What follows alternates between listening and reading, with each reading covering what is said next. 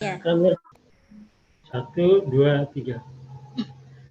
Assalamualaikum warahmatullahi wabarakatuh. Waalaikumsalam warahmatullahi wabarakatuh. Selamat pagi Bapak Ibu. Selamat pagi Apa Pak. kabar?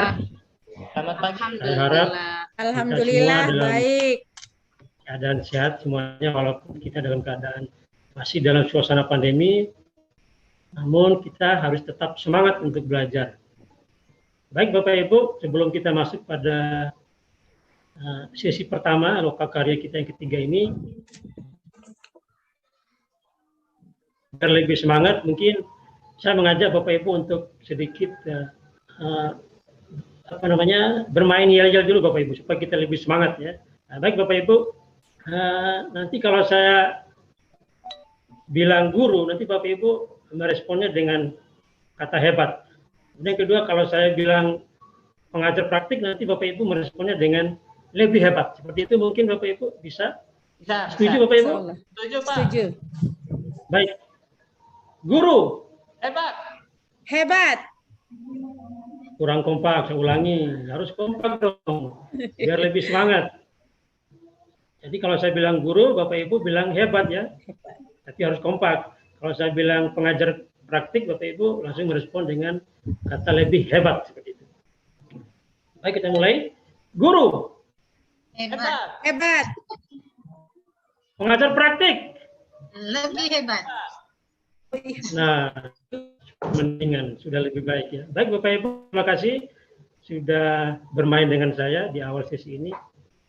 Baik Bapak Ibu, kita masuk pada tema apa yang kita angkat ya pada pertemuan kita hari ini di lokakarya yang ketiga, yaitu bagaimana sih teknik kita sebagai guru ya untuk menginformasikan kepada siswa agar mereka tidak menggunakan gadget itu untuk bermain game ya. Jadi mereka betul-betul menggunakan gadget itu betul-betul untuk sebagai media belajar. Seperti itu mungkin Bapak Ibu ya. Nanti saya akan meminta ya pendapat-pendapat dari Bapak Ibu terkait kira-kira menurut Bapak Ibu pendekatan apa yang kita bisa lakukan dalam rangka ini mencegah agar siswa tidak menyalahgunakan gadget ya dalam kegiatan pembelajarannya. Mungkin saya akan minta pendapatnya satu persatu, nanti sambil saya mencatat Bapak Ibu ya. Pada akhirnya nanti saya akan menyimpulkan. Baik, kita mulai dari, atau saya tawarkan dulu, siapa yang ingin menyampaikan pendapatnya dulu sebelum saya tunjuk? Baik, kalau tidak ada yang menyampaikan pendapat, saya akan menunjuk langsung.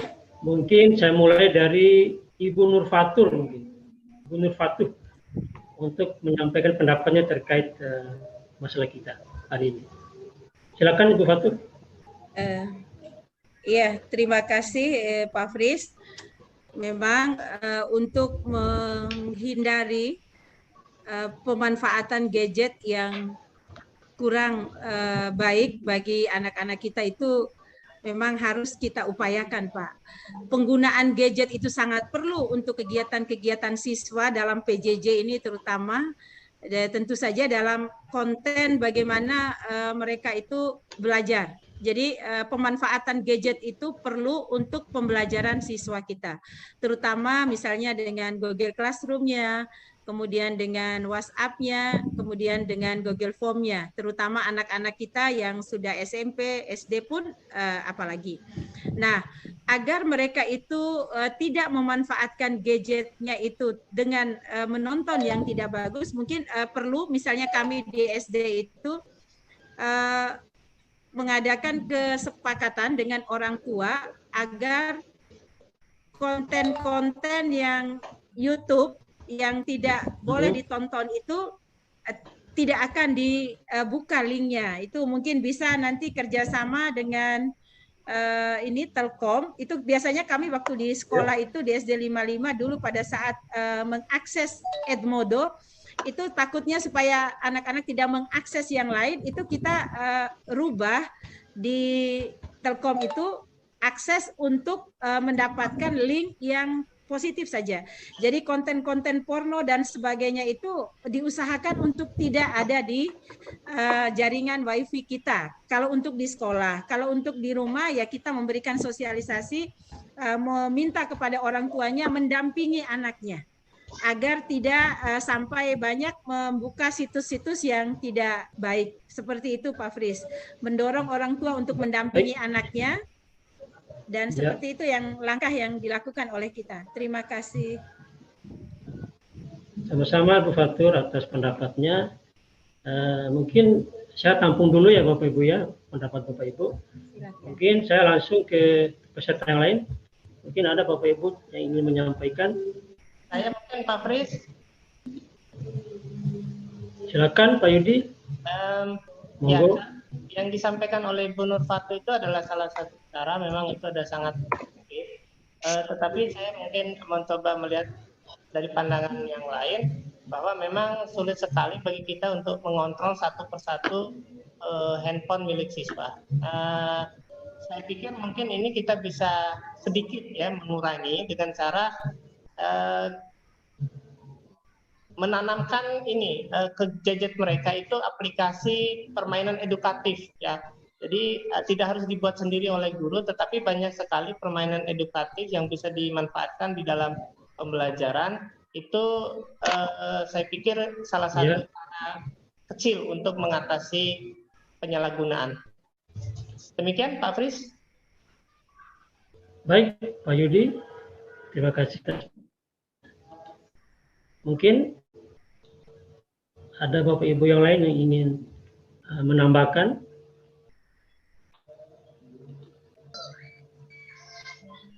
Silakan Bapak Ibu. Ibu Sri mungkin ada yang mau disampaikan? Mungkin menambahkan dari Bu Fatu tadi Pak, menanggapi ya, pendampingan belajar memang sangat diperlukan Pak. Pendampingan belajar sangat diperlukan bagi anak-anak ya, untuk supaya lebih terarah gitu ya. Apalagi juga untuk anak-anak yang usia jenjang PAUD maupun anak usia dasar itu masih sangat rentan ya. Mereka juga itu mungkin dan perlunya kesepakatan sama orang tua kapan atau fasilitas apa yang bisa untuk mendampingi anak-anak itu belajar Pak. Jadi ya. Itu mungkin ya, melalui classroom ya. Jadi pendampingan belajar supaya lebih terarah ya. Kemudian kesepakatan waktu sama orang tua sebagai pendamping belajarnya itu ya. Tambahan Bu Sri, itu saja. Ya mungkin itu supaya lebih maksimal hasilnya nanti Pak. Itu baik. Mungkin. Baik Bu Sri, sudah selesai Bu Sri? Ada mau ditambahkan? Sudah cukup? Sementara sudah Pak. Baik. Terima kasih pada Ibu Sri yang sudah menyampaikan pendapatnya. Selanjutnya mungkin saya langsung saja pada Ibu Endang. Ibu Endang mungkin ada pendapatnya mau disampaikan terkait apa strategi kita ya dalam rangka menginformasikan kepada siswa agar menggunakan gadget ini betul-betul untuk sebagai media pembelajaran. Mereka tidak digunakan untuk main game dan sebagainya. Silakan Ibu Endang. Ya, baik Pak. Sebelumnya saya melengkapi, jadi menambahkan pendapat dari Bu Sri Asmiati. Jadi selain pendampingan, menurut saya perlu juga kita menyepakati dengan orang tua itu namanya screen time. Jadi kapan waktu anak-anak itu untuk bisa leluasa menggunakan gadgetnya. Jadi ada screen time. Jadi entah mungkin dipakai akhir pekan selain waktu yang digunakan untuk pembelajaran. Nah, lalu kemudian kita sebagai guru untuk meminimalisir penggunaan gadget dalam hal-hal yang negatif, bisa juga kita melakukan misalnya evaluasi pembelajaran tetapi yang berbau game seperti itu. Misalnya kuisis itu bisa kita pakai alat evaluasi. Lagi diskusi ya, tapi dari saya seperti ini. itu, Pak Fri. Baik, Bu Endang. Terima kasih atas pendapatnya dan masukannya. Baik, Bapak Ibu semua sudah menyampaikan pendapatnya ya. Mungkin saya bisa menyimpulkan dari apa yang menjadi masukan dari Bapak Ibu.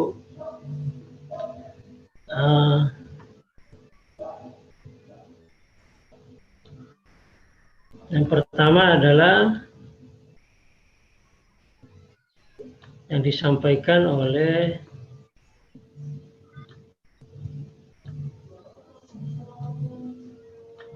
Ibu Fatur.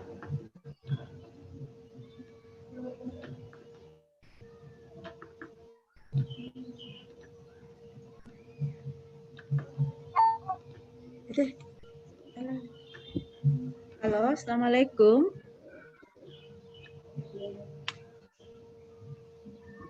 Waalaikumsalam. Iya, Bu Fatur. Halo. Iya, start beda.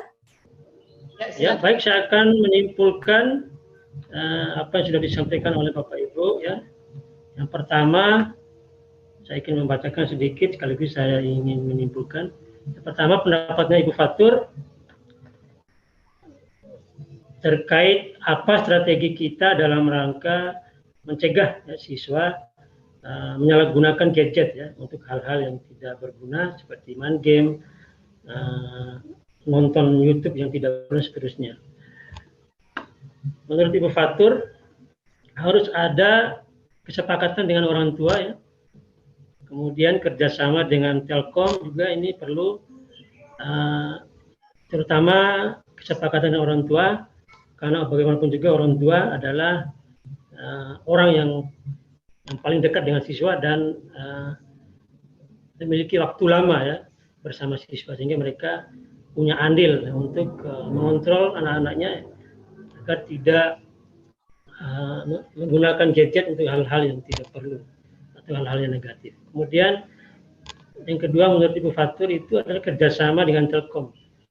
Ini perlu juga menurut saya karena bagaimanapun juga konten-konten negatif itu yang bisa memblokirnya hanya dari Telkom ya, sehingga anak-anak tidak bisa membuka walaupun mereka ada niat untuk membuka tapi tidak bisa terbuka karena sudah diblokir oleh pihak Telkom. Kemudian yang kedua adalah dari Pak Yudi. Dari Pak Yudi, menurut Pak Yudi tidak ada halangan untuk menggunakan gadget selama siswa itu menggunakannya dengan hal-hal yang positif, misalnya ada game edukatif ya. Ini juga perlu mungkin bimbingan dari guru ya untuk mengontrol pada saat untuk memastikan apakah siswa ini, anak-anak ini betul-betul dia main game-game itu game edukatif, bukan game yang tidak perlu. Kemudian yang ketiga adalah pendapat dari Ibu Endang ya. Ibu Endang, ini bagus sekali masukannya Ibu Endang. Yang pertama menurut Ibu Endang itu perlu juga ada kesepakatan waktu di akhir-akhir pekan ya, di hari-hari libur, sehingga mereka tidak diberikan leluasa atau waktu khusus untuk bermain game ya. Karena bagaimanapun juga main game ini perlu untuk mereka juga untuk mengasah otak mereka ya, selama game itu game yang edukatif. Kemudian menurut Ibu Endang juga siswa juga perlu difasilitasi seperti aplikasi-aplikasi kuisis ya untuk penilaian anak-anak. Ini juga menggunakan gadget ya. Jadi gadget juga perlu kita manfaatkan untuk hal-hal yang positif. Kemudian yang terakhir adalah pendapat dari Ibu Sri, ya, Ibu Sri Asmiati. Ibu Sri, pendampingan belajar supaya lebih terarah, ya. Jadi dalam rangka mengawasi siswa ini, ya, dalam memanfaatkan gadget untuk hal-hal yang positif. Menurut Ibu Sri ini perlu pendampingan belajar, ya, oleh guru, ya, maupun orang tua, tapi yang lebih terarah, ya. Tidak hanya mendampingi, setelah itu selesai, ya, tapi harus berkelanjutan dan terarah. Ibu Tian kan? Kemudian kesepakatan waktu dengan orang tua juga perlu menurut Ibu Sri. Mungkin itu saja yang bisa saya sampaikan, Bapak Ibu, ya. Kacamata Sangat mohon maaf. Mudah-mudahan pertemuan kita hari ini